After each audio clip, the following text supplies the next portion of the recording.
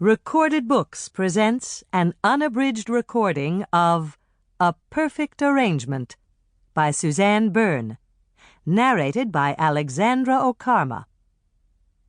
This work is copyrighted 2001 by Suzanne Berne. This recording is copyrighted 2002 by Recorded Books. Mirella and Howard Cook-Goldman are living the American dream. 2 kids, 2 careers, the dog, the quaint New England home. And when the new nanny arrives, she seems perfect. Maybe a little too perfect. And now, A Perfect Arrangement. Chapter 1. She sounded cheery, but earnest, Mirella told Howard that morning as she pressed a paper towel into a puddle of milk on Pearl's placemat.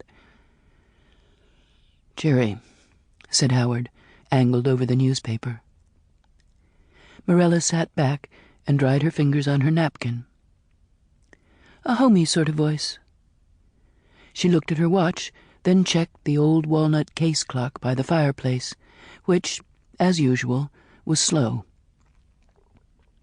It was one of those sulphurous New England spring mornings that had been forecast to be mild, but felt clammy instead, and as Mirella glanced from the clock to the window, she found herself shivering. "Comforting somehow," she said. The Cook-Goldmans had been hunting for 3 weeks for a nanny to replace thick-chinned Greta, their second au pair in 2 years, who had flown home to Uppsala because she missed her boyfriend, Carl.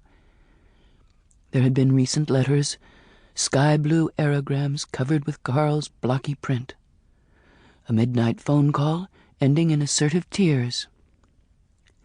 "Carl needs me," Greta had said, her voice tremulous with complacency. They were trying a new child-care agency this time, Family Options Limited, which specialized in Midwestern girls with teaching aspirations. "Could you be comfortable with anything but the best for your family?" queried Family Options' salmon-colored brochure. "Our nannies are dedicated, trained, and sensitive individuals, subject to rigorous screening and psychological evaluation. Guaranteed nationwide FBI criminal fingerprinting and background checks, drug testing, and CPR certification." So far, Mirella had not been impressed by the applicants from Family Options. It took 2 weeks for the agency to produce anyone for an interview. There was a waiting list of families desperate for a nanny. All the agency said the same.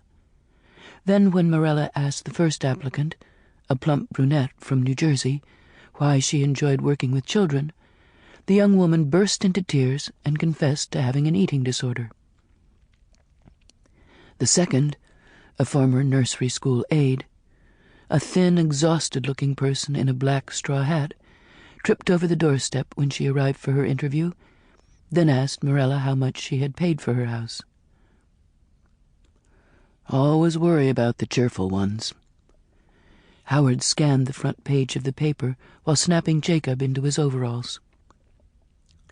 "Rain predicted," Mirella read, craning sideways to look at the paper.